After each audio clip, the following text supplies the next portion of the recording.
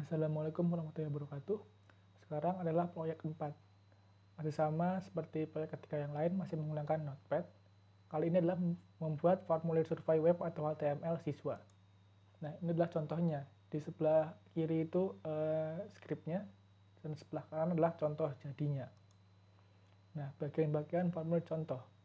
Dalam video ini, hanya akan saya jelaskan secara singkat mengenai bagian-bagiannya. Karena yang secara rinci atau detail telah saya jelaskan di video sebelumnya, yaitu proyek ketiga. Nah, bagian line atau bagian pertama ini, dari line 1 sampai dengan line 4, memberitahukan browser tentang kata kunci atau halaman web. Kemudian penggalan kedua, line kelima sampai dengan line 9, itu untuk memberikan judul halaman web. Nah, dalam ini adalah membuat formulir, maka pembukanya adalah form. Digunakan untuk memberitahu browser web bahwa halaman web akan mencatat informasi dari pengguna. Perintah form akan diakhiri pada akhir penulisan kode, nanti akan dibawa sendiri. Kemudian selanjutnya, line 14 dan 18 merupakan perintah yang menangkap input untuk file nama dan email. Input yang dimasukkan di sini adalah teks. Nah, bisa kalian lihat sendiri skripnya, yaitu diawali dengan tabel. Kemudian bawahnya bisa mengikuti. Nanti hasilnya adalah seperti gambar di sebelah kanan. Nah, kemudian selanjutnya line 21 sampai line 26 merupakan input radio yang akan membuat web untuk menampilkan bulatan yang dapat diisi dengan klik mouse. Name yang sama akan menyebabkan pilihan tombol bersifat eksklusif, yaitu kalian hanya bisa memilih satu di antara beberapa pilihan yang tersedia, sehingga kalian diharapkan bisa teliti dalam mengisi input type, name, dan value-nya. Karena berbeda sedikit saja, itu bisa menyebabkan bug atau error. Nah, selanjutnya ada input checkbox yang digunakan untuk memungkinkan pengguna dapat memilih lebih satu pilihan yang ada, sehingga file name di sini harus berbeda.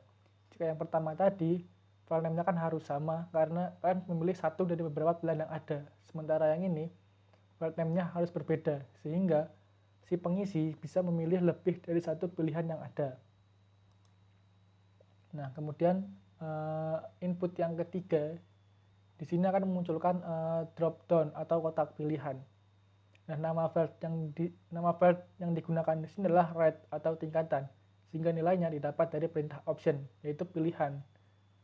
Nah, contohnya akan ada di sebelah kanan itu tadi ya. Nih, akan setelah diklik kotak pilihannya, maka akan muncul 4 pilihan lain yang telah diisikan di script. Kemudian penggalan selanjutnya ada line 39 sampai dengan line 43. Di sini digunakan untuk memberikan komentar tambahan. Bagian ini memungkinkan browser untuk membuat kolom komentar tambahan. Perintah yang digunakan adalah text area, karena kita akan memasukkan teks atau komentar.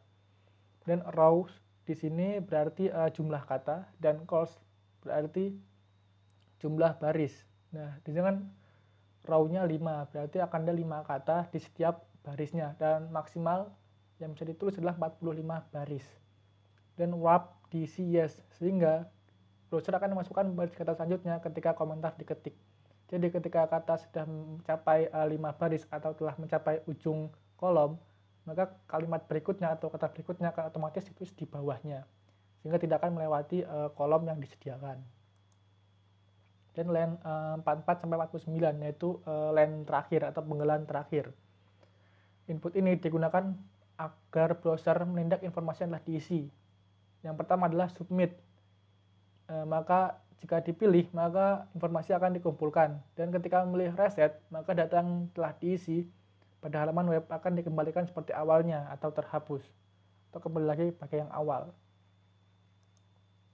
Dan ya, setelah ditulis semua, kemudian kita simpan. Sama seperti pada proyek ketiga tadi, penyimpanannya cukup mudah, yaitu pilih file, kemudian save as, tambahkan .html setelah nama files, kemudian save as-nya dipilih all files, kemudian save. Nah, kalian juga bisa melihat halaman web setelah kalian simpan. Yaitu bukalah folder tempat file HTML yang Anda simpan, kemudian klik 2 kali file HTML tersebut.